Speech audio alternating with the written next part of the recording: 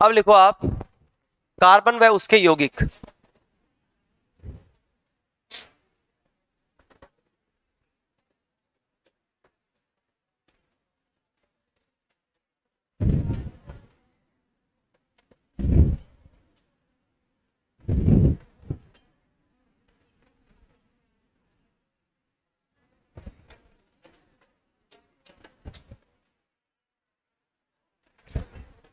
Carbon एवं उसके यौगिक।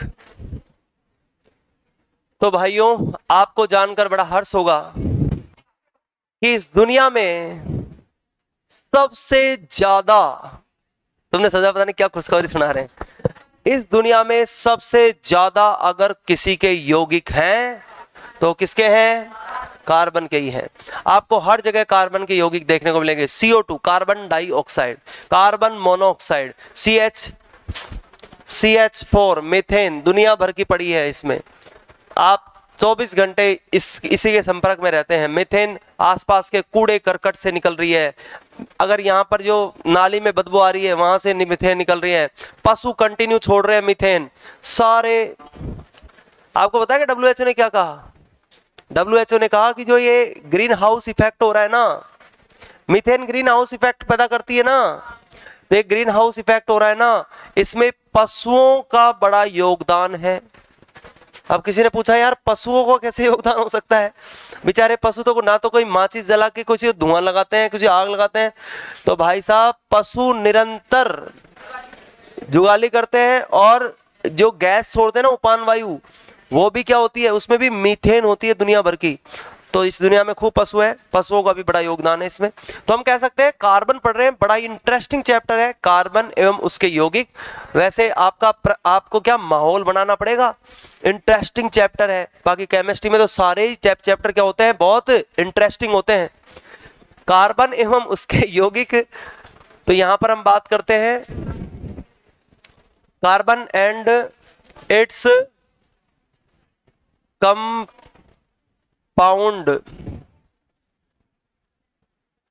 कार्बन एंड इट्स कंपाउंड है, कार्बन एंड इट्स कंपाउंड, यही तो है ना टॉपिक, कार्बन एवं उसके यौगिक। इसमें सबसे पहले आपको कार्बन की प्रॉपर्टीज समझनी पड़ेगी, तब आप उसके कंपाउंड समझ पाओगे। क्या कह रहा हूं मैं? पहले कार्बन की प्रॉपर्टी समझने पड़ेगी, फिर उसके बाद कार्बन के कंपाउंड समझोगे। सबसे पहले मैं इसके लिए आपको आवर्त सारणी से परिचित करवाता हूं। आवर्त सारणी में कार्बन का स्थान कहां पर है, और इसका इलेक्ट्रॉनिक विन्यास क्या है, और ये कैसे क्या मतलब प्रॉपर्टीज दर्शाता है, इसकी संयोजकता क्या है, वो सब बातों की चर्चा करेंगे। सबसे पहले देखो कार्बन की बात कर रहा हूं। देखो इधर सुनो, आपने देखा था आवर्त सारणी के अंदर ऐसे करके 7 आवर्त है क्या? 1 2 3 4 5 6 7, 1 2 3 4 5 6 7। और यहां पर क्या था? दिख जाएगा कि पीछे? मैं बनाऊंगा नहीं, पूरी नहीं बनूंगा, मैं बनाऊंगा नहीं, बस मैं तो सिंपल से बना रहा हूं वैसे ही।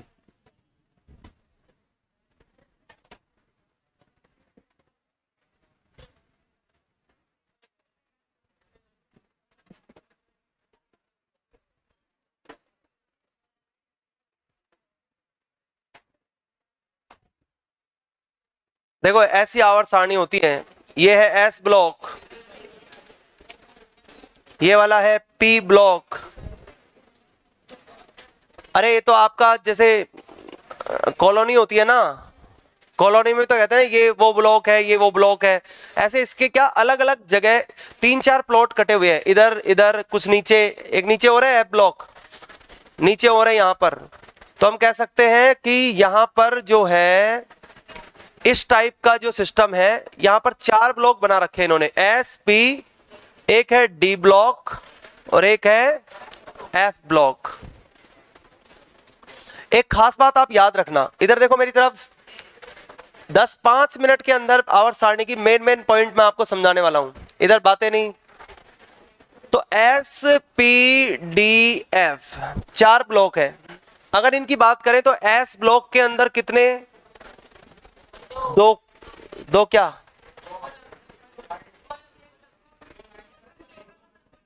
यहां पर आपको आवर्त सारणी के हिसाब से देखा जाए तो यहां पर कॉलम याद रख लो, वैसे कक्ष की बात चल रही है। एस पी में कितने हैं 6, डी में 10, एफ में 14। याद करने का तरीका बिल्कुल सिंपल है, 2 से करो स्टार्ट और 4 जोड़ते चलो, सीरीज है +4 की, ठीक है। 2 + 4 6, 6 + 4 10, 10 और 4 14। तो यहां पर उतने ही खाने बनाने हैं आपको जितने इनके अंदर वो है। तो यहां पर 2 एस में 2 थे तो 2 खाने बना लिए, इसमें 1 2 3 4 5 6 7 8 9 10 इस टाइप से बनेगा। और उसके अलावा अगर हम बात करें किसकी, यहां पर भी है एक इस टाइप से। और फिर ये क्या है पी ब्लॉक, पी ब्लॉक में कितने होंगे 6, 1 2 3 4 5 और ये 6। जब आप आवर्त सारणी भरते हो और यहां पर कितने होंगे 14,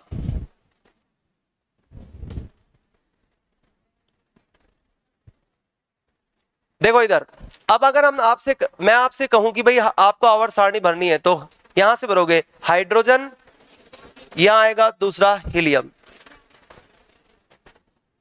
हीलियम। तो ये पूरा का पूरा एक क्या है आवर्त है। भविष्य में हो सकता है कि यहां कोई एलिमेंट खोजने में आ जाए और वो उसका स्थान कहीं यहां पर हो, यहां पर हो। क्यों ना ना, हाइड्रोजन के जस्ट सीध में होता है। क्या कह दिया,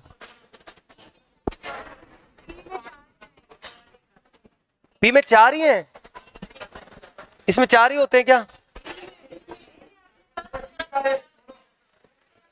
4 हो गए थे, 4 हो गए ना, ये गलत बना दिया फिर।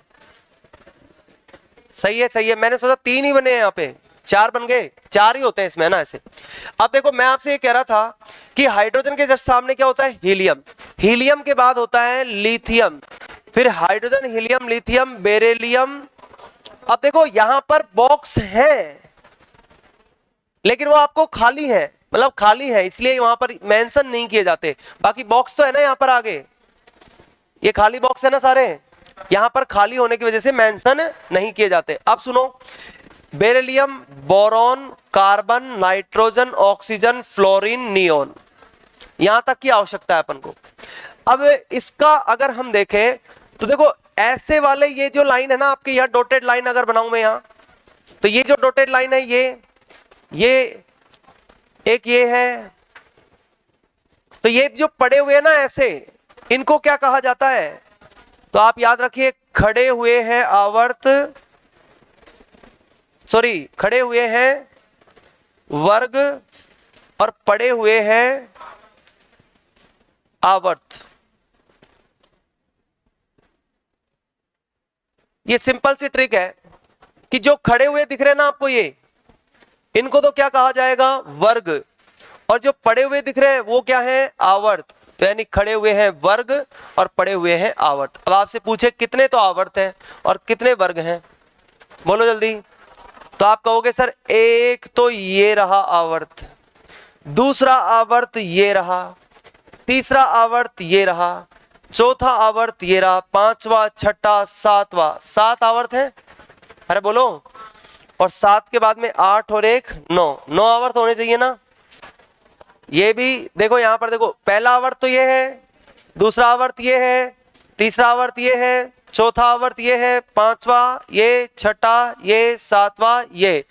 लेकिन भाई साहब ये तत्व कुछ एक्स्ट्रा ही मिल गए अपन को, जिनकी स्थान जो है ना इसमें जगह नहीं थी, तो इसको यहाँ इसके आगे है ना, यहाँ से आगे इनको लगा के फिर ये है, तो हम कह सकते हैं ये भी यहीं का हिस्सा है, यानी छठा और 7वां वर्ग है ये भी, ठीक है। लेकिन ये क्या है कि लेडीज डिपार्टमेंट है इसलिए इसको दूसरी बस में बैठा रखा अपन ने, इसके अंदर नहीं आ रहा, क्योंकि यहाँ थोड़ी आवाज ज्यादा करती, बातचीत करती और फिर शर्माती बातचीत करने में, और जब तक डाटा ट्रांसफर नहीं होता ना जब तक मजा नहीं आता, तो इसलिए इनको अलग बैठा रखा है। आराम से तुम यहाँ बैठ के डाटा ट्रांसफर करो, ठीक है। तो यहाँ इनको अलग बैठा रखा है, बाकी है ये छठे और 7वें वर्ग के। तो आपसे क्लियर यहां पर समझ में आ गया, आवर्तों की संख्या कितनी है 7। अब वर्गों की संख्या की बात करते हैं, वर्ग कितने हैं, तो 1 2 खड़े हुए क्या है वर्ग है ना, तो 1 2, यहां से 3 चलेंगे ना, 3 4 5 6 7 8 9 10 11 12 13 14 15 16 17 और 1 18। क्लियर हो गई बात। लेकिन आईयूपीएससी ने ये कहा कि तुम फालतू की गणित क्यों लिख रहे हो 1 2 3 4 5 6 7 8, इससे क्या फायदा होगा। तुम एक काम करो, जितने भी, अच्छा वर्ग कितने हुए इसके हिसाब से 14, सॉरी 18, वर्ग कितने हुए इसके हिसाब से 18। तो आईयूपीएससी ने कहा कि यार तुमने 1 से लेकर 18 तक गिनती लिख दी है, ऐसे थोड़ी, इससे कोई फायदा भी होता है कि नहीं होता। तो आईयूपीएससी ने कहा, तो हमने पूछ लिया भाई आप ही बता दो कोई क्या लिखे फिर गणित। तो आईयूपीएससी ने कहा कि जितने भी जो वर्ग है ना, इनको 2 कैटेगरी में लिखो, वर्गों को 2 कैटेगरी में लिखो। फर्स्ट से ए से लेकर 8th ए तक, और फर्स्ट बी से लेकर 8th बी तक। फिर इसका बहुत बड़ा फायदा होगा। तो यहां पर क्या किया गया, ये जो 1 दे रखा है ना गणित, एक की जगह तो क्या लिखा, फर्स्ट ए, इसको क्या लिखा, फर्स्ट बी, फर्स्ट नहीं सेकंड ए। जब पूरे फर्स्ट ए से लेके 8 ए बीत जाएंगे ना, तब किसका उपयोग करेंगे हम, बी वालों का करेंगे। समझ में आया क्या। तो फर्स्ट ए, सेकंड ए, लेकिन गड़बड़ ये है, यहां से चलेंगे क्या, थर्ड ए, नहीं, एस के बाद में डी ब्लॉक नहीं आता, क्या आता है, पी ब्लॉक। इसलिए आईयूपीएससी ने कहा पहले तुम क्या करो, फर्स्ट सेकंड थर्ड इसको लिखो, third A, fourth A, fifth A, sixth, seventh A और 8th ए। पूरे बीत गए, अरे 8th पूरे हो गए कंप्लीट, होने ही थे वो तो। 8 है, 2 ये और 6 वो, टोटल 8 ही है। लेकिन अब गड़बड़ तो यहां होने वाली है। अब मुझे बताओ फर्स्ट बी किसको दूं इसमें से, अरे फर्स्ट बी किसको दूं केमिस्ट्री वालों, हेलो, काम की बात बता रहा हूं, देख लो। मैं कह रहा हूं आईयूपीएससी ने कहा कि 1 2 3 4 5 18 वर्गों की संख्या दे रखी है, ये कोई काम की है क्या, कोई काम की नहीं है। लेकिन इसको अगर आप ऐसे लिखते हो, फर्स्ट ए से लेकर 8 ए तक और फर्स्ट बी से लेकर 8 बी तक, तो ये काम आ सकती है और अभी बहुत बड़ा काम करेगी आपका। तो अपन ने क्या किया, फर्स्ट ए लिखा, फर्स्ट सेकंड ए लिखा, तो एस के बाद में पी आता है, तो थर्ड फोर्थ फिफ्थ सेवंथ और ये 8 तक लिख दिया यहाँ पर। लेकिन अब मैं ये कह रहा हूं कि ये वाला तो खत्म हो गया, अब मुझे बताओ फर्स्ट बी किसको दूं,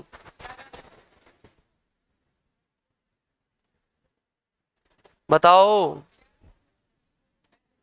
तो फर्स्ट भी मैंने दिया इसको, लेकिन आईयूपीएससी ने कहा कि आप ये गलत कर रहे हो। सेकंड भी दिया इसको, आईयूपीएससी ने कहा ना ना ना, ऐसे नहीं। यादव जी की भाषा में ना लाड़ी ना, वो ऐसे करते हैं ना। यादव जी को जानते हो क्या, इस कोचिंग का कोई आदमी नहीं है जो यादव जी को नहीं जानता, संतोष जी यादव। देखो इधर, आईयूपीएससी ने कहा कि भाई तू इसको मत दे, इसको फर्स्ट भी देगा तो गड़बड़ हो जाएगी। मैं एक ट्रिक देता हूं आपको, तू यहां से फर्स्ट भी दे, यहां से फर्स्ट भी दे, फिर इसको सेकंड भी दे, ये खत्म हो जाए तो फिर यहां से चालू हो, थर्ड भी, फोर्थ भी, फिफ्थ भी, सिक्स्थ भी, सेवंथ भी। अब क्या करें, 8, ये तो 3 रह गए। अरे बोलो, ये केमिस्ट्री वाले क्या कर रहे हैं, कुछ आपकी हेल्प चाहिए, बताओ। अरे फर्स्ट बी से लेके यहां तक दिए मैंने, तो ये 3 रह गए, अब इनको क्या करें। तो यहां पर सीधी सी बात है, आईयूपीएससी ने कहा कि तुम इन तीनों को ही क्या दे दो, 8th बी। इसको बोला जाता है त्रिक ग्रुप, त्रिक वर्ग बोला जाता है। 3 ग्रुपों का एक ही नाम है, थर्ड 8th बी। अब इसकी ट्रिक क्या है मैं आपको समझाता हूं। सर ये कैसे याद हो, अब आपसे कोई पूछे कि कार्बन कहां है अपना, कार्बन,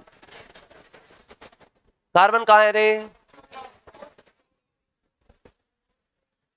स्टैंडर्ड लेवल के प्रश्न बनेंगे ना, तो ऐसे यहां से प्रश्न बनते हैं। मैं आपको कैसे समझाऊंगा कि मैं आपसे ये कहता कि कार्बन का स्थान 14वें वर्ग में या फिर फोर्थ ए में है। अब आपको समझ में नहीं आता कौन सा तो 14वां वर्ग है, कौन सा फोर्थ है। अब समझ में आ गया कि 14वां वर्ग कहाँ है और फोर्थ ए में है। अरे बोलो, लेकिन मुझे एक बात बताओ, कौन से आवर्त में है अपना कार्बन? तीसरे आवर्त में है। देखो तीसरे आवर्त में है ना, नहीं नहीं नहीं, दूसरे आवर्त में है, दूसरे आवर्त में है ना, तो दूसरे आवर्त में और 14वें वर्ग में है। लेकिन अगर IUPAC के हिसाब से देखें तो फोर्थ ए में है। सर अब आप थोड़ा सा ये बताओ मुझे कि 14वें आवर्त को हम ये तो गिन लेंगे 1 2 3 4 5 6 ऐसे, ये तो सिंपल है, लेकिन वो फोर्थ ए कैसे याद रखें? किसके साथ फोर्थ ए आएगा, किसके साथ फिफ्थ ए आएगा, ये कैसे याद रखें? तो मैं आपको एक तरीका बताता हूं। आप हमेशा इकाई का अंक देखो और उसके हिसाब से रोमन संख्या लिखो। इकाई का अंक देखो 1 है क्या इसका, तो इसके हिसाब से रोमन संख्या 1। इकाई का अंक क्या है? 2 2। इकाई का अंक क्या है? 3 3। इकाई का अंक क्या है? 4 4। इधर देखो इकाई का अंक क्या है? 13 है ना। ये 13 में कुछ मत देखो, इकाई का अंक देखो 3 तो 3 लिखा इसको अपन ने, 4 तो इसको 4 लिखा, 5 तो इसको 5 लिखा, 6 तो इसको 6 लिखा, 7 तो इसको 7 लिखा, 8 तो 8 लिखा। अरे बोलो यार, अरे समझ रहे हो क्या? अब इसके हिसाब से पहले तो तुम क्या पंचायत करते हो, फिर आदमी पूरा समझा देता है, फिर तुम मुंह फाड़ते हो, फिर क्या है, वो समझ में आता नहीं है, फिर कहते हो कि हमें समझ में नहीं आया। किसमें? इसमें पहले ही बता दिया कि इसको तो पूरा 3 को एक ही बोलेंगे। हाँ भाई, तो बात ये है सिंपल सी कि आपको ये ध्यान रखना है, इकाई के अंक से रोमन संख्या दी गई है। मैं आपसे पूछूं कि 13वें वर्ग को IUPAC ने क्या कहा? अरे मैं आपसे कह दूं कि कार्बन जो है ना वो 14वें वर्ग में है। किसमें है? 14वें वर्ग में है। अब आप बताओ कि IUPAC के हिसाब से कौन से वर्ग में है? तो आप कहोगे फोर्थ। और अब आपको ये पता होना चाहिए S के बाद में P आता है, तो अपन ने यहां से इधर से A बढ़ना स्टार्ट किया था, तो क्या आना चाहिए यहां पर? A, तो फोर्थ A। तो आपको ये याद हो गया फोर्थ ए में है और 14वें वर्ग में है, ये याद हो गया क्या? अरे बोलो, अब सुनो मेरी बात, इधर देख लो, हमेशा काम आएगी। ऐसी ऐसी चीजें बता रहा हूं मैं आज आपको, कार्बन के बहाने आपको बहुत सारी चीजें मिल जाएंगी यहाँ पे। देखो अब इस क्या IUPAC ने कहा, ऐसे सीना चौड़ा करके कहा था कि इसका बहुत फायदा होगा, तो फायदा क्या हुआ ये तो बताओ सर। ये नंबर देने से क्या फायदा हुआ? हम तो ये वाले ही कर लेते याद 1 2 3 4। तो इसका फायदा देखो, ये इसके अंतिम कोष में वही उतने ही इलेक्ट्रॉन हैं जितनी इसकी IUPAC ये संख्या है ना, इसके अंतिम कोष में उतने इलेक्ट्रॉन हैं। तो यहां पर सबसे पहली चीज ये आती है, अंतिम कोष में इलेक्ट्रॉन। अंतिम कोष में इसमें कितने इलेक्ट्रॉन है? इसे एक संख्या है तो एक, इसमें कितने हैं? बीच वाले को तो मत देखो, यहां अपन को कार्बन से मतलब है। इसमें कितने हैं? 3। अंतिम कोष में 3 है, वरना अपन 13 कहते हैं। IUPAC ने इसको पहले क्या करवा दिया? 3। इसमें अंतिम कोष में कितने हैं? इसमें अंतिम कोष में, इसी अंतिम कोष में, इसके मतलब IUPAC की संख्या, वर्ग संख्या याद रख ली तो उसके अंतिम कोष के इलेक्ट्रॉन भी याद हो गए। अब आप कहोगे सर अंतिम कोष के इलेक्ट्रॉन क्या होते हैं? इधर देखो भाई, मुझे बताओ लिथियम का परमाणु क्रमांक कितना है? बोलो। तीसरे नंबर पे 1 2 3। लिथियम से चेक कर लेते हैं अपन अंतिम कोष का इलेक्ट्रॉन क्या होता है। देखो लिथियम का परमाणु क्रमांक 3Li, 3 है ना। प्रोटॉन कितने इसमें? अब आपने प्रैक्टिस की होगी तो बताओगे फटाफट, कितने हैं बोलो। इलेक्ट्रॉन कितने हैं बोलो? 3। न्यूट्रॉन कितने हैं बताओ? न्यूट्रॉन का कोई मतलब नहीं है, आप तो बताओ। प्रोटॉन 3 है क्या? इलेक्ट्रॉन भी कितने होंगे? प्रोटॉन के बराबर 3। अब मैं इसका परमाणु बना रहा हूं, देखो ये परमाणु है, इसके प्रोटॉन यहां होंगे, प्रोटॉन ये है 3। प्रोटॉन से मतलब नहीं है, इलेक्ट्रॉन भरो इसके। पहले कक्ष में 2 मैंने बताया था, 2 8 8 18 18 32 ऐसे भरने में आते हैं। पहले में कितने भरोगे? 2 है, कितने अपने पास? 3। अरे कितने हैं बोलो। अब 2 के बाद में यहां पर एक, ये वाले कोष में कितने बचेंगे? 1 ही बचेगा। अरे बोलो यार, इसके अंतिम कोष में आपको कितने इलेक्ट्रॉन दिख रहे हैं? एक है, इसके एक है, इसका चित्र बनाओगे तो इसमें भी एक ही मिलेगा। सोडियम का भी चित्र बनाओगे तो भी उसमें एक ही बनेगा। पोटेशियम का में भी एक ही मिलेगा। देखो आप, सोडियम का कितना होता है? 11 11 ना। अगर इलेक्ट्रॉन यहां पर कितने हैं? प्रोटॉन 11 है तो इलेक्ट्रॉन Na 11, प्रोटॉन 11 है, इलेक्ट्रॉन में कितने होंगे? 11। अगर मैं आपसे कहूं कि यहां पर पहले वाले में 2 भरेंगे, ये 11 है, 2 भर दिए, दूसरे वाले में कितने भरेंगे? 8। 2 3 4 5 6 7 8। उसके बाद कितना? 10 तो पूरे हो गए, एक बच गया अंतिम कोष में, फिर कितना इलेक्ट्रॉन? मैं कह रहा हूं कि पूरी लाइन को देख लोगे तो एक इलेक्ट्रॉन मिलेगा आपको अंतिम कोष में। इसका फायदा हुआ कि नहीं हुआ? ये संख्या देख के आपने अंतिम कोष का इलेक्ट्रॉन पता लगा लिया, और अंतिम कोष का इलेक्ट्रॉन पता लगाने के बाद आप किसी भी चीज की उसके ऊपर कितना आयन आने वाला है, क्योंकि जितने इलेक्ट्रॉन होंगे उतने ही तो दे सकता है।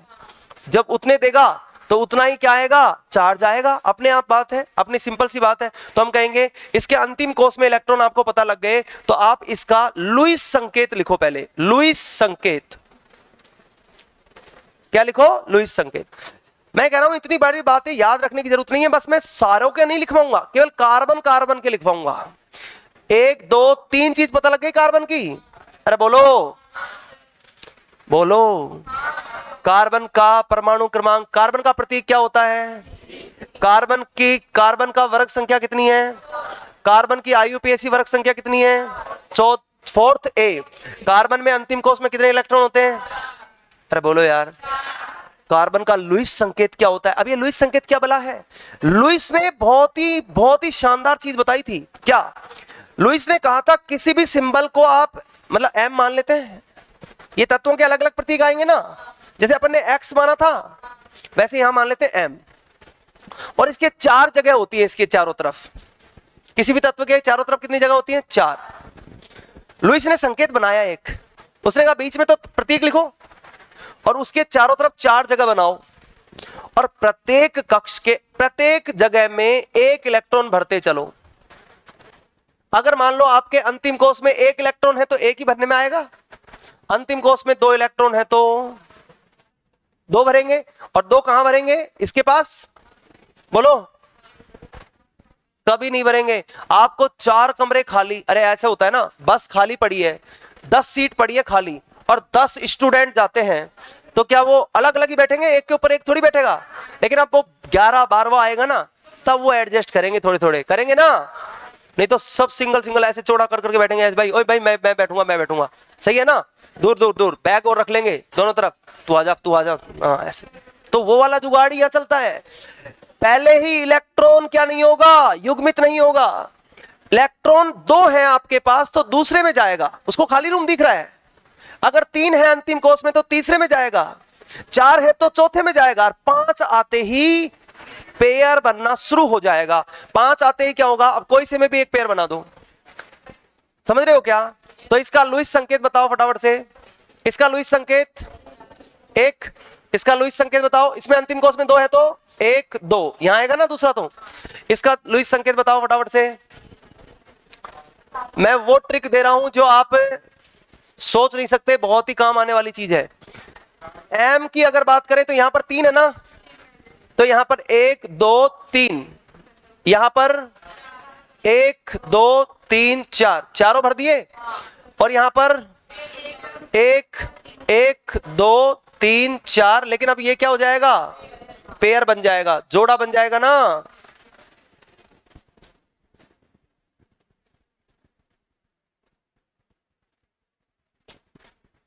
इसकी बात करें तो बोलो, तो हम कहेंगे साहब ये तो पेयर बना। देखो 1 2 3 4 5 6, ठीक है? ये 1 2 3 4 5 6 7, और ये 1 2 3 4 5 6 7 8, सारे पेयर हो गए। या तो अब देखो मेरी बात सुनो,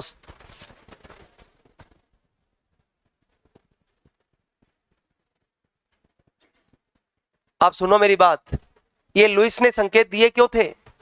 उसने कहा था कि 4 घर हैं, मतलब 4 घर हैं ये।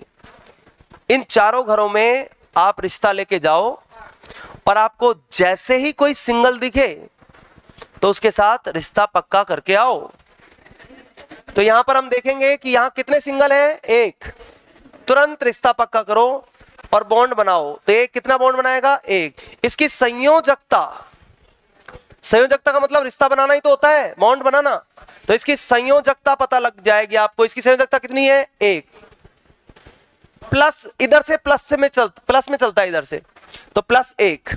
इसकी संयोजकता कितनी है, 1 बॉन्ड बनेगा, दूसरा बॉन्ड बनेगा +2। इसकी संयोजकता कितनी है, 1 2 3 बॉन्ड बनेंगे +3। इसकी संयोजकता कितनी है, 1 2 3 4, कितने बॉन्ड बनेंगे, +4। कार्बन की संयोजकता कितनी हो गई, अरे बोलो रे, कार्बन कितने बॉन्ड बनाएगा, बोलो। इस पूरे ग्रुप की संयोजकता +1 है, इस पूरे ग्रुप की संयोजकता +2 है, इस पूरे ग्रुप की संयोजकता +3 है और इस पूरे ग्रुप की संयोजकता +4 है। अरे समझ रहे हो क्या। अब क्या करें, अब इधर से चलेंगे, इधर से 4 पूरे हो गए। अब इधर से चलेंगे साहब, इधर से चलेंगे तो आप देखोगे तो आपको यहां पर इस वाले में कोई आपको कंवारा दिखेगा क्या। इसने भी डबल बॉन्ड बना रखा है, इसने सबने पहले से ही मामला सेट कर रखा है। इसलिए ये वाला ग्रुप ऐसा है जिसकी संयोजकता 0 होती है। अरे बोलो यार, इसलिए इसको शून्य वर्ग भी कहते हैं। और ये किसी से क्या नहीं करेगा, क्रिया नहीं करेगा और ना ही ये किसी से बॉन्ड बनाएगा, क्योंकि पक्के सिद्धांतवादी आदमी है। तुम्हारी तरह नहीं कि 399 देके किसी से बॉन्ड बना ले। तो यहां पर आपको यहां पता होना चाहिए कि ये पक्के सिद्धांतवादी आदमी है। तभी इनको क्या कहा जाता है, अक्रिय गैस। क्या कहा जाता है, अच्छा सारी की सारी गैस है, सारी की सारी क्या है, गैस है, लेकिन ये किसी से संयोजकता नहीं बनाती। अच्छा एक इसमें अपवाद है, वो थोड़ा बाहर पड़ा हुआ है, वो थोड़ा सिद्धांतों से भटका हुआ है। कौन,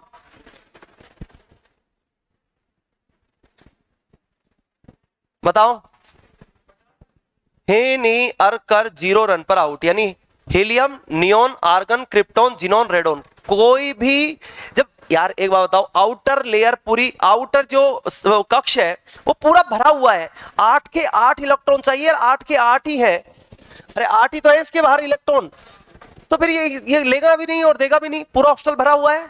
समझ रहे हो ना।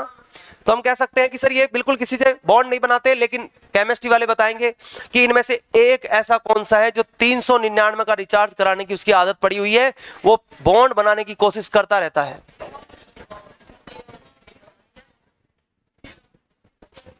बताओ जी। जिनोन एक ऐसा एलिमेंट है जो क्या करता है, जिसके प्रकृति में यौगिक पाए जाते हैं। अरे जब ये बॉन्ड नहीं बनाएंगे तो यौगिक भी नहीं होंगे ना। कभी आपने देखा है NO लिखा हुआ देखा है, कभी ऑक्सीजन से क्रिया की है इसने, कभी Na कभी लिखा देखा है क्या, नहीं देखा होगा, क्योंकि ये करते ही नहीं है ना क्रिया। लेकिन एक जिनोन एक ऐसा है, तभी तो इसको क्या कहा जाता है, अक्रिय गैस में भी क्या कहा जाता है, अजनबी, क्योंकि ये क्या करता है, इन सबसे अलग व्यवहार करता है, अजनबी व्यवहार करता है, स्ट्रेंजर गैस। अब सुनो मेरी बात, कार्बन की बात करें तो इसका लुईस, मैंने देखो कार्बन की सारी प्रॉपर्टी लिखवाने के लिए माथा फोड़ी करी है ये सारी, समझ रहे हो क्या। कार्बन का प्रतीक C, इसका क्या वर्ग संख्या कितनी, 14, आवर्त संख्या कितनी, दूसरा, और 4th A इसका IUPAC नाम, अंतिम कोष में कितने इलेक्ट्रॉन हैं, 4, और इसका लुईस संकेत बनता है 1 2 3 4, और इसकी संयोजकता कितनी है, 4। याद हो गया। अब अगर ये 4 तक तो पहुंच गए थे, इधर वाली भी समझा देते हैं। इसकी संयोजकता कितनी होगी, 0। इसमें कितना, एक बच्चा अभी कमा रहा है, एक बॉन्ड बनेगा, लेकिन कैसा बॉन्ड बनेगा, माइनस वाला बनेगा। इधर से चलेंगे तो माइनस में चलेंगे, -1, इधर से 1 2 -2, इधर से 1 2 3 -3, और इसमें भी कुछ -4 वाले एलिमेंट है, इसमें भी नीचे -4 वाले एलिमेंट है। तो भाई साहब सुन लो, सारे आवर्त सारणी की संयोजकता भी लिखा दी है आपको, अगर आपको समझ रहा है तो इस बात को, और बहुत चीज काम की बताई है मैंने। अरे बोलो। तो अब कार्बन की सारी प्रॉपर्टीज आपको पता होनी चाहिए। अभी तो और 10 टॉपिक कंप्लीट करा सकता हूं वहां तक, लेकिन इतने ही बहुत है। कार्बन के आपको जितने प्रॉपर्टी चाहिए उतनी उतनी लिखवाऊंगा। तो सबसे पहले तो ये समझ में आ गया, तो आप लिखिए कार्बन, कार्बन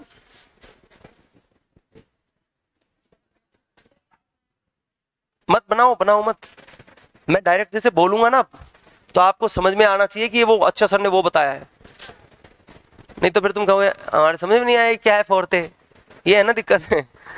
लिखो भैया कार्बन, कार्बन का स्थान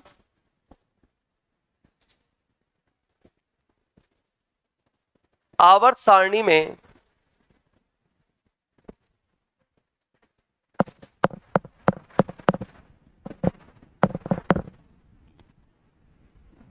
दूसरे आवर्त और 14वें वर्ग में दिया गया है। दूसरे आवर्त व 14वें वर्ग में दिया गया है। कार्बन का स्थान आवर्त सारणी में दूसरे आवर्त व 14वें वर्ग में दिया गया है। 14वें वर्ग को 4th A वर्ग भी कहते हैं। 14वें वर्ग को 4th A वर्ग भी कहते हैं।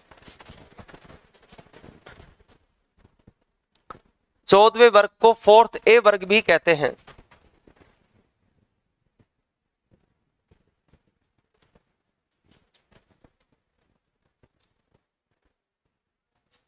कार्बन, तो इसकी स्थिति क्या हुई? स्थिति आवर्त कौन सा है? दूसरा। वर्ग कौन सा है? 14वां। और वर्ग 4th A कह सकते हो आप। अच्छा सर, आवर्त की मतलब कार्बन कैसा है? देखो ये जितने भी तत्व है ना, 118 तत्व हैं। 118 तत्वों को अभी तक आवर्त सारणी में जगह मिली है ना? वैसे अभी तक खोज लिए गए हैं 126 के लगभग, लेकिन इनको 118 को तो अभी तक क्या इसमें जगह भी दे दी गई है। अब आपसे कोई पूछे अच्छा बताओ प्रथम मानव निर्मित तत्व कौन सा है? ऐसे मानव निर्मित थोड़ी है कार्बन, इसमें कुछ कुछ मानव निर्मित भी हैं। बताओ जी, 118 तत्व है ना प्रकृति में, इनमें से मानव द्वारा बनाया गया पहला तत्व कौन सा है? मानव ने कौन सा तत्व बनाया था सबसे पहले? हे भगवान, केमिस्ट्री वालों ने तो बेशरम मतलब मेरे को शर्मिंदा महसूस करवा दिया। शर्मिंदा महसूस करवा दिया। बताओ जी। अरे केमिस्ट्री वालों को तो पता होना चाहिए, टेक्नीशियम था। सबसे पहला तत्व कौन सा है? टेक्नीशियम है। पहला मानव निर्मित तत्व कौन सा है? Technetium, TC.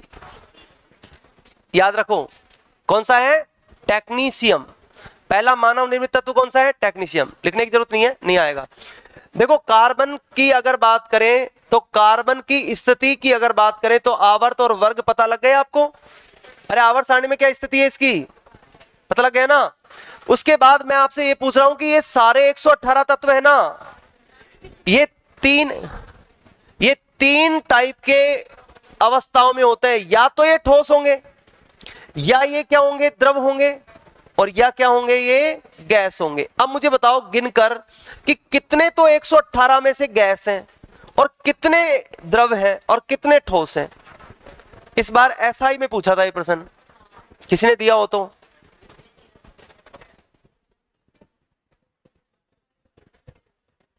तो मैं बता देता हूं। गैस है टोटल 11, 1 2 3 4 5 6 तो यही हो गई।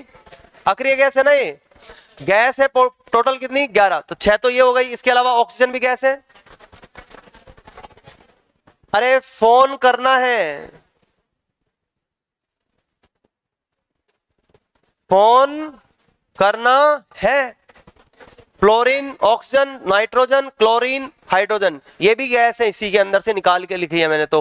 Helium, neon, argon, krypton, xenon, radon, fluorine, fluorine, oxygen, nitrogen, chlorine और हाइड्रोजन, ये सारी की सारी गैस है। 1 2 3 4 5 6 7 8 9 10 11 गैस। इसमें से लिक्विड कितने? लिक्विड इसमें द्रव तत्व कितने हैं? तो द्रव तत्व है 6। एक तो पारा और एक ब्रोमीन। पारा एक धात्विक तत्व है जो कि क्या होता है, लिक्विड। ब्रोमीन एक अधात्विक तत्व है जो कि क्या होता है, लिक्विड, और वो भी कमरे के ताप पर लिक्विड होते हैं। और ये दोनों के दोनों अब की बार एसआई में पूछे थे। इसी बार क्या पूछा था, निम्न में से कौन सा तत्व कमरे के ताप पर क्या होता है, द्रव अवस्था में पाया जाता है। उसने आपको ऐसा उल्लू बनाया, उसने 4 ऑप्शन दिए और सबके अंदर पारा ही पारा था, सबके अंदर पारा था। पारा और ब्रोमाइन, पारा और आर्गन, पारा और ये, पारा और वो। अब वो सोचे यार पारा तो सुना है लेकिन दूसरा कौन सा है ये नहीं सुना, और सब में ही पारा है, अब क्या करें। तो भाई दूसरा ब्रोमाइन है। ब्रोमीन मतलब ब्रोमीन अधातु है, एकमात्र अधातु है जो कि क्या रहती है, कमरे के ताप पर लिक्विड अवस्था में रहती है। और जो पारा है ना, वो एकमात्र ऐसा क्या है, धात्विक तत्व है जो कि कमरे के ताप पर लिक्विड रहता है। उसको क्विक सिल्वर बोलते हैं, हिलती डुलती चांदी, चांदी की तरह चमकता है एकदम। आपको पारा, आपने कोई पारा देखा है क्या, कब, कहां पे, थर्मामीटर में होता है। कहीं ये मत सोच लेना कि वो पेन होता है ना, पेन उसके पीछे वो भरा होता है, वो तो जेल होता है। कहीं उसको भी पारा बोल देते हैं, वो पारा नहीं होता। पारा बिल्कुल चांदी की तरह चमकता होता है और बिल्कुल क्विक, हिलता डुलता। आप उसको हाथ में लोगे ना तो आपके हाथ में चिपकेगा नहीं, इधर उधर भगेगा इधर उधर। आप उसको गिलास में डालोगे, कांच के गिलास में, तो कांच का भी वो प्रतिकर्षण करता है, तो कांच में भी हिलेगा इधर उधर। ठीक है, अब मैं आपसे कह रहा था तत्व 6 कौन कौन से है, सीजियम, फ्रांसियम, गैलियम, ब्रोमीन, पारा और रुबिडियम। ये 6 तत्व ऐसे हैं जो क्या है, द्रव तत्व है। और 101 तत्व क्या है, पूरे के पूरे ठोस हैं। इनको अपन 2 भागों में बांटते हैं, एक तो धातु और एक अधातु। तो बताओ पारा, देखो इधर की ज्यादातर धातु है और इधर से ज्यादातर अधातु है, तो अपना कार्बन किधर की तरफ आ रहा है, अधातु की तरफ आ रहा है ना। अब सारणी बनाई तो फायदा हो गया अपन को, कुछ बताने में आसानी हो रही है। तो देखो कार्बन इधर की तरफ जो भी है ना, लगभग वो लगभग अधातु है, यानी नॉन मेटल है। और इधर की तरफ जो ज्यादातर है ना, वो सब क्या है, धातु है। तो हम कहेंगे कि कार्बन की प्रकृति कैसी होती है, कार्बन की प्रकृति कैसी होती है, प्रकृति मत लिखो, ऐसा लिखो, कार्बन एक अधात्विक तत्व है। कार्बन क्या है, एक अधात्विक तत्व है। कार्बन का लुईस, कार्बन के अंतिम कोष में इलेक्ट्रॉन, या ऐसे लिखो पहले, कार्बन का प्रतीक, कार्बन का प्रतीक क्या है बताओ, 6C12। कितना है बोलो, 6C12। और इसके प्रतीक के हिसाब से मुझे बताओ इसका परमाणु क्रमांक कितना है,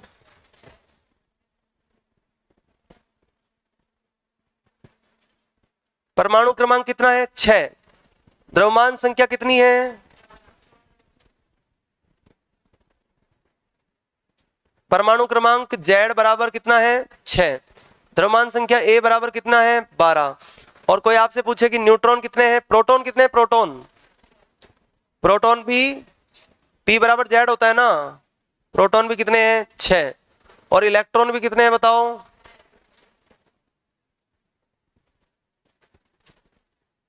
इलेक्ट्रॉन भी कितने हैं, 6। और न्यूट्रॉन भी कितने हैं बताओ,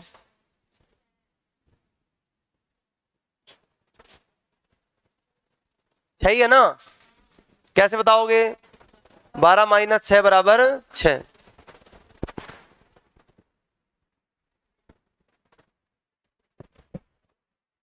फिर आती है बात क्या,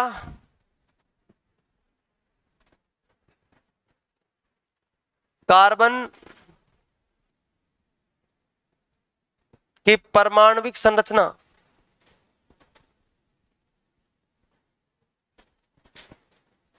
कार्बन का परमाणुविक संरचना देखें तो इसके नाभिक में कितने प्रोटॉन हैं, 6।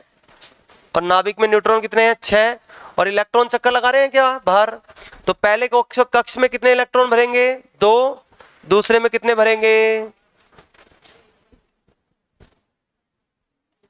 4। कितने भरेंगे, तो कार्बन के अंतिम कोष में कितने इलेक्ट्रॉन हो गए, कार्बन के अंतिम कोष में इलेक्ट्रॉन कितने होंगे? 4। देख लो 4 ही हैं, 1 2 3 4, क्योंकि इसमें 6 तो पूरे इलेक्ट्रॉन है ही। 2 अंदर वाले में आ गए, बाहर 4 आ गए। अब मुझे बताओ, पहले वाले में 2 भर सकते हैं, दूसरे वाले में कितने भर सकते हैं? 8। अब तक मैं छठी क्लास वाले बच्चे को पढ़ाता ना, तो पढ़ लेता ढंग से अच्छे से। इधर देखो, तो दूसरे में कितने होते हैं? 8। अब इसके कितनी सीट भरी है हॉस्टल वाली ऊपर वाली? 4, और 4 अभी भी खाली हैं। तो अब ये तो बेचारा ना तो हॉस्टल बंद कर सकता, ना ये आधा आधा में रह गए, ये तो सही है ना। तो इसको, ये तो बेचारा क्या करेगा? 4 लेगा ही किसी से, और लाओ भैया, मैं निकाल नहीं सकता इनको।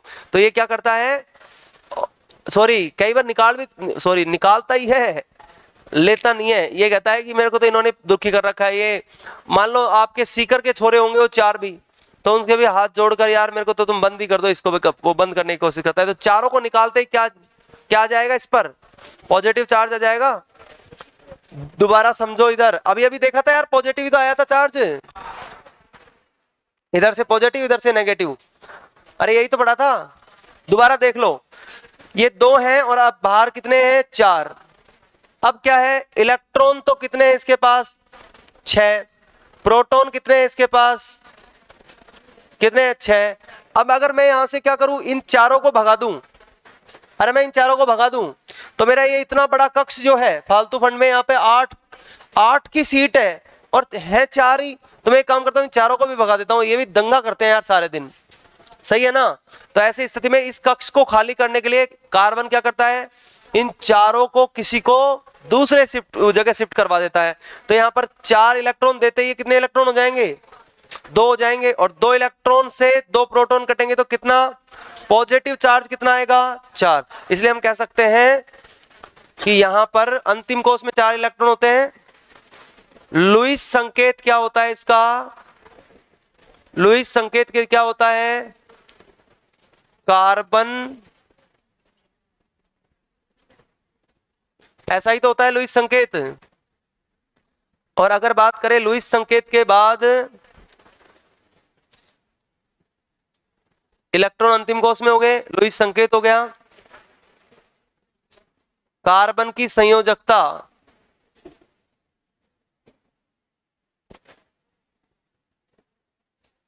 कितनी होती है? +4, क्योंकि ये 4 बॉन्ड बना सकता है ना। अभी देखो इधर, 1 बॉन्ड, 2 बॉन्ड, 3 बॉन्ड और 4 बॉन्ड।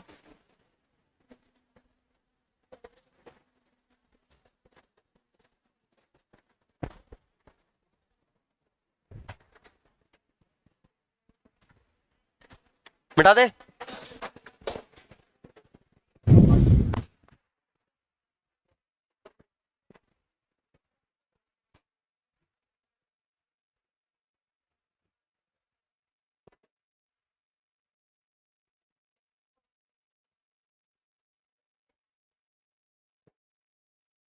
हाँ भाई देखो इधर,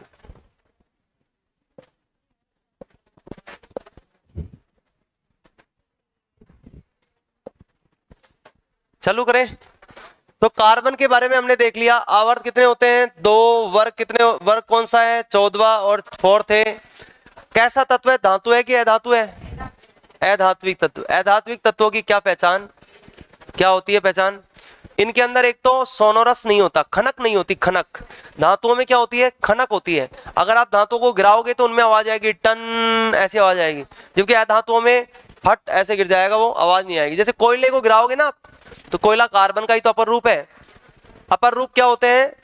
प्रॉपर्टी सारी सेम होती है, लेकिन उनमें क्या होता है? स्ट्रक्चर का फर्क होता है, संरचना का, ज्यामितीय संरचना का फर्क होता है। बाकी उसकी क्या होती है, मूल रूप से रासायनिक प्रॉपर्टी तो क्या होती है? समान सी होती है। तो अगर हम बात करें किसकी? कार्बन की। तो इस दुनिया में सबसे ज्यादा अपर रूप किसके हैं? कार्बन, मतलब अपर रूप नहीं, यौगिक किसके हैं? कार्बन के ही हैं। तो सबसे पहले तो ये लिखो नोट डालकर,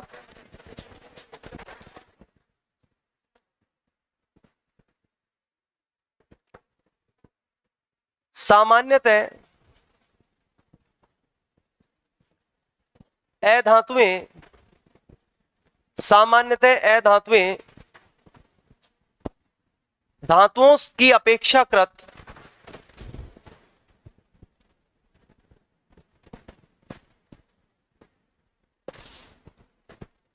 अपेक्षाकृत कम कठोर होती हैं।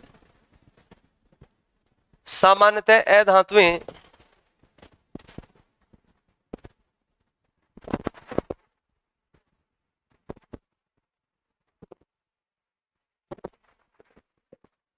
धातुओं की अपेक्षाकृत कम कठोर होती हैं।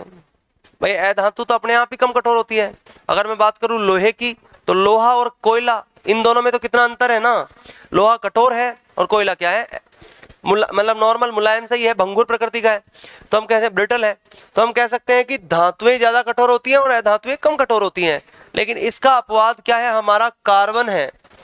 अपवाद है कार्बन। कैसे? कार्बन का अपर रूप हीरा इस प्रकृति की सबसे कठोर वस्तुओं में से एक है। तो लिखो, परंतु कार्बन का ही अपर रूप, कार्बन का ही अपर रूप, परंतु कार्बन का ही अपर रूप हीरा यानी डायमंड, कार्बन का ही अपर रूप कौन, डायमंड या हीरा,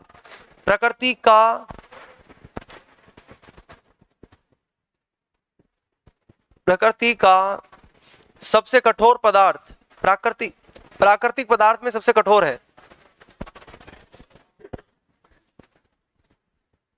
प्रकृति का सबसे कठोर पदार्थ है।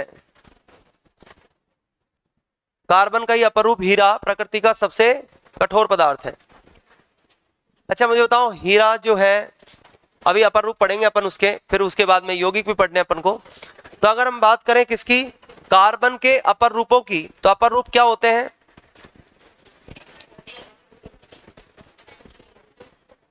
जिनका रासायनिक रूप लेकिन भौतिक रूप से अलग अलग होते हैं। जैसे आप हीरे को देखोगे, मैंने आपको शुरू में ही बताया था पदार्थ का क्लासिफिकेशन करना, अरे बताया था ना। पहले आप भौतिक रूप से देखोगे उसको, तो हीरे को और कोयले को अगर देखोगे आप, दोनों अपर रूप है किसके, कार्बन के। उसमें भी, हीरे में भी कार्बन है और कोयले में भी कार्बन है। अब हीरे को जब आप देखते हो तो आपको एकदम पारदर्शी दिखता है, कठोर है, लेकिन कोयले को देखो तो काला दिखता है, ब्रिटल है, एकदम मारते ही वो टूट टाट के भंगुर हो जाएगा, या ईंधन के रूप में जलता है।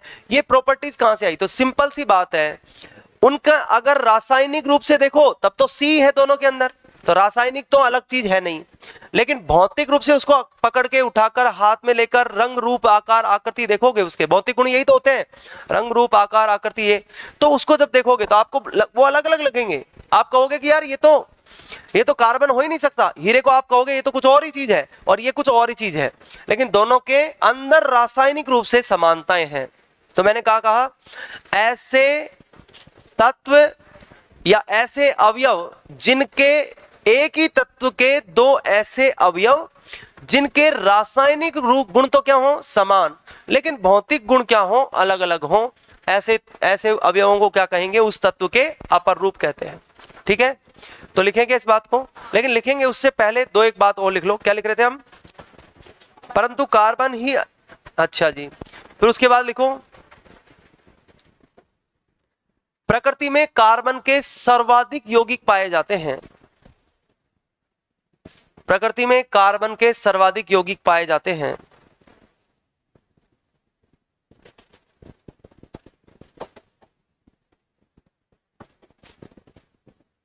जैसे प्रकृति में कार्बन के सर्वाधिक यौगिक पाए जाते हैं, जैसे CO2, CO, CH3, CH3COOH, और बताओ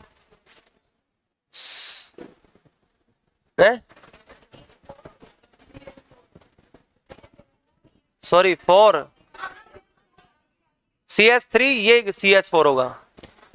ये तो पूरा एक ही है ना, CH3COOH है क्या, ये एसिटिक एसिड है। और बताओ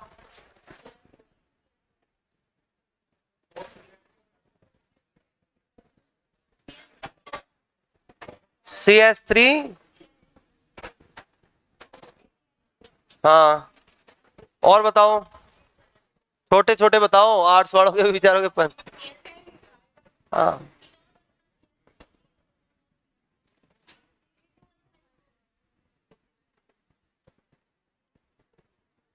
बस, जरूरी भी नहीं है इतना, एक दो एग्जाम्पल लिख लो बस, लिखो फटाफट से।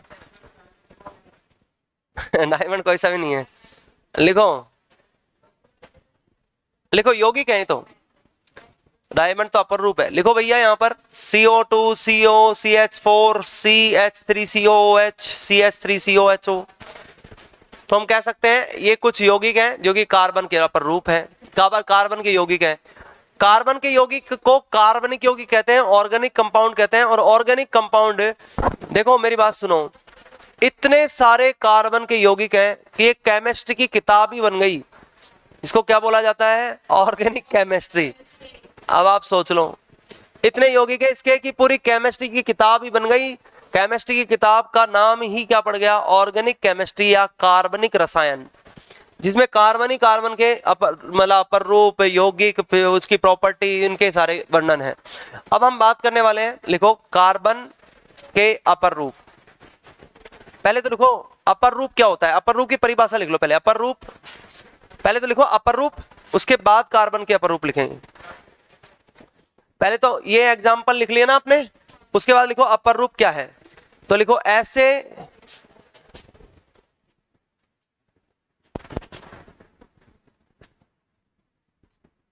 ऐसे नहीं, एक एक तत्व के ऐसे अवयव, एक तत्व के ऐसे अवयव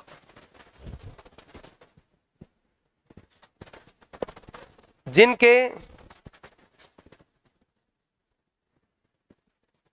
रासायनिक गुण समान परंतु भौतिक गुण अलग अलग होते हैं,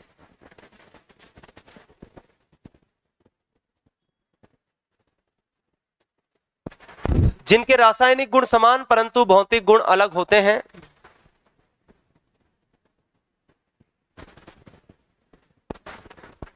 उस तत्व के अपर रूप कहलाते हैं।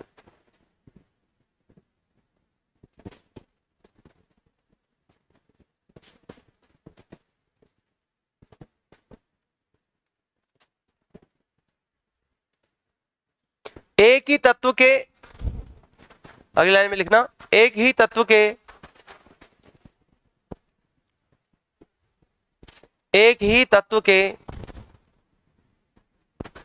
अलग अलग अपर रूप अलग अलग विशिष्टताएं रखते हैं। एक ही तत्व के अलग अलग अपर रूप, एक ही तत्व के अलग अलग अपर रूप अलग अलग विशिष्टताएं या विशेषताएं रखते हैं।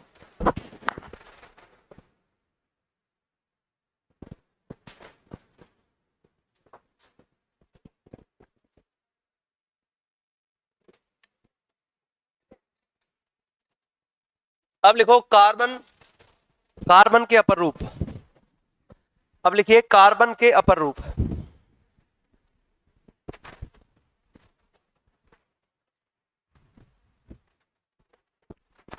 कार्बन के अपर रूप,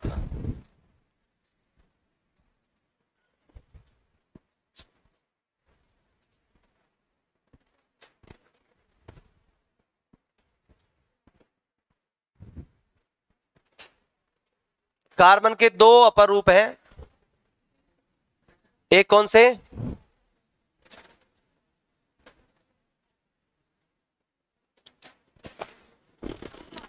क्रिस्टलीय अपर रूप, और दूसरे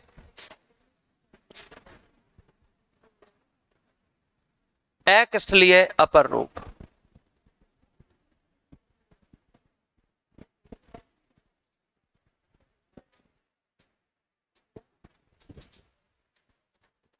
अब इसमें क्या अंतर है? क्रिस्टलीय अक्रिस्टलीय में क्या अंतर है? तो आप कहोगे सर क्रिस्टलीय अपर रूप क्या होते हैं,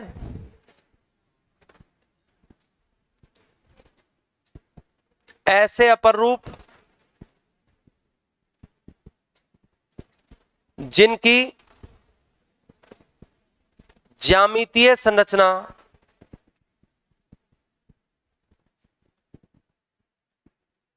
निश्चित होती है।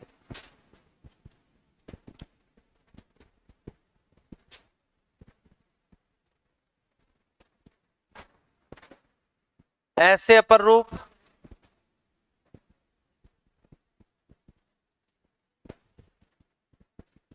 जिनकी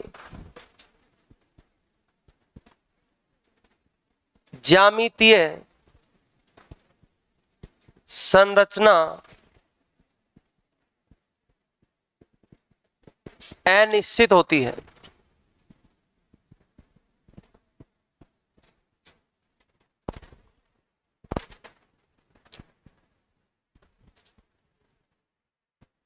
इसका मतलब क्या है? इसका मतलब है कि वो जिस डिजाइन में बनेगा उसमें वो फिक्स है डिजाइन। जैसे चतुष्फलकीय ज्यामितीय संरचना बनेगी तो चतुष्फलकीय बनेगी, षटफलकीय नहीं बन सकती। और षटफलकीय बनेगी तो षटफलकीय बनेगी, चतुष्फलकीय नहीं बन सकती। यहां क्रिस्टलीय रूपों, क्रिस्टलीय अपर रूपों की पहचान है, खास पहचान यह है कि इनकी संरचना फिक्स होती है, लेकिन उनकी संरचना फिक्स नहीं है। हम कह सकते हैं कि इनके एग्जाम्पल ये 3 टाइप के होते हैं। कौन कौन से? हीरा, ग्रेफाइट और फुलरिन।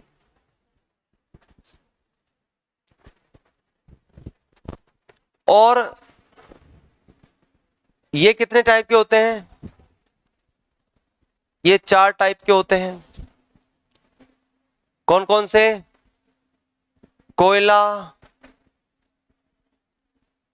कोक, चारकोल और काजल।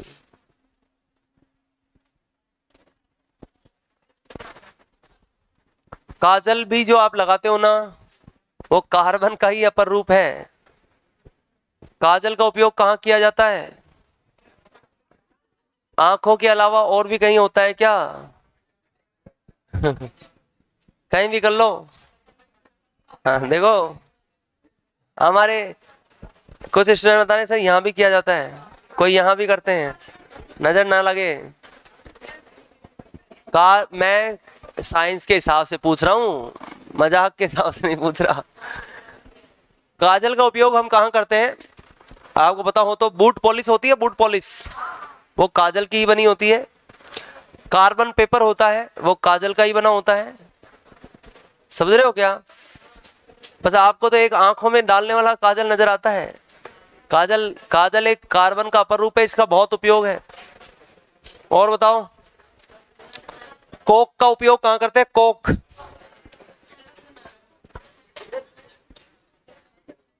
वहां सड़क बनाने में तो कोलतार का उपयोग करते हैं। कोक अलग चीज है। कोक आपने कभी, अरे कोक, एक बात बताओ, कोक कैसे बनाया जाएगा?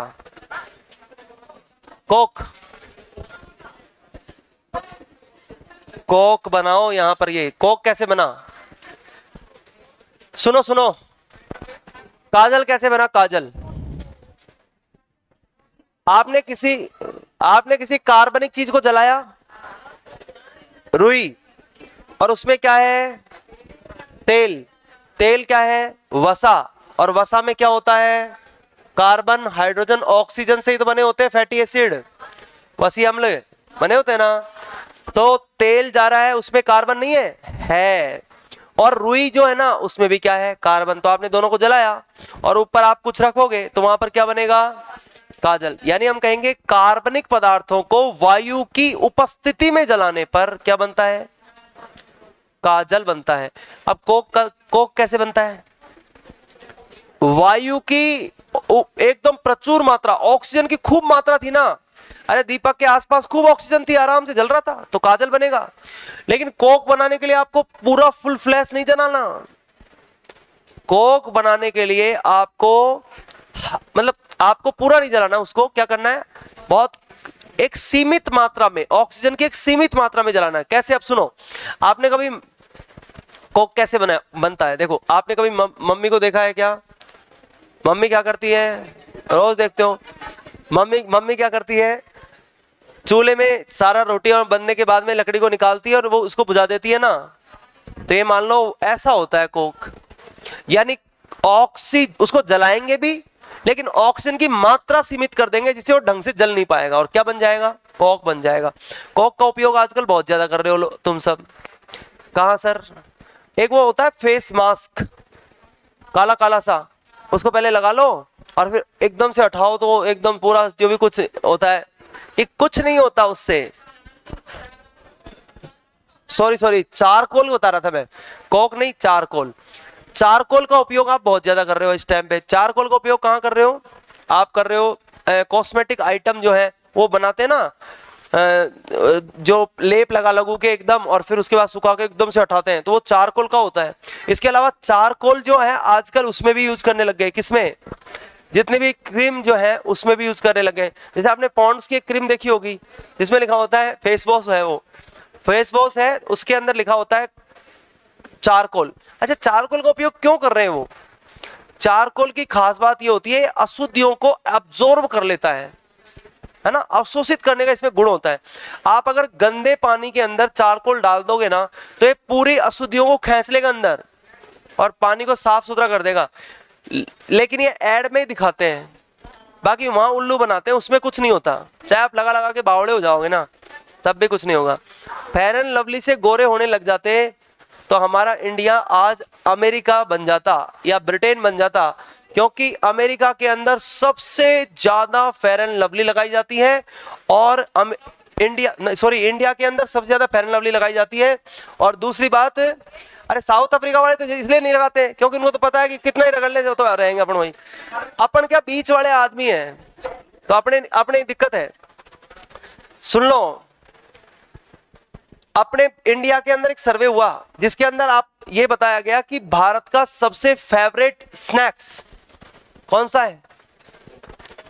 वेफर, जानते हो ना, ये चिप्स वगैरह, सबसे फेवरेट स्नैक्स कौन सा है? भारत का सबसे फेवरेट स्नैक्स है पैरासीटामोल।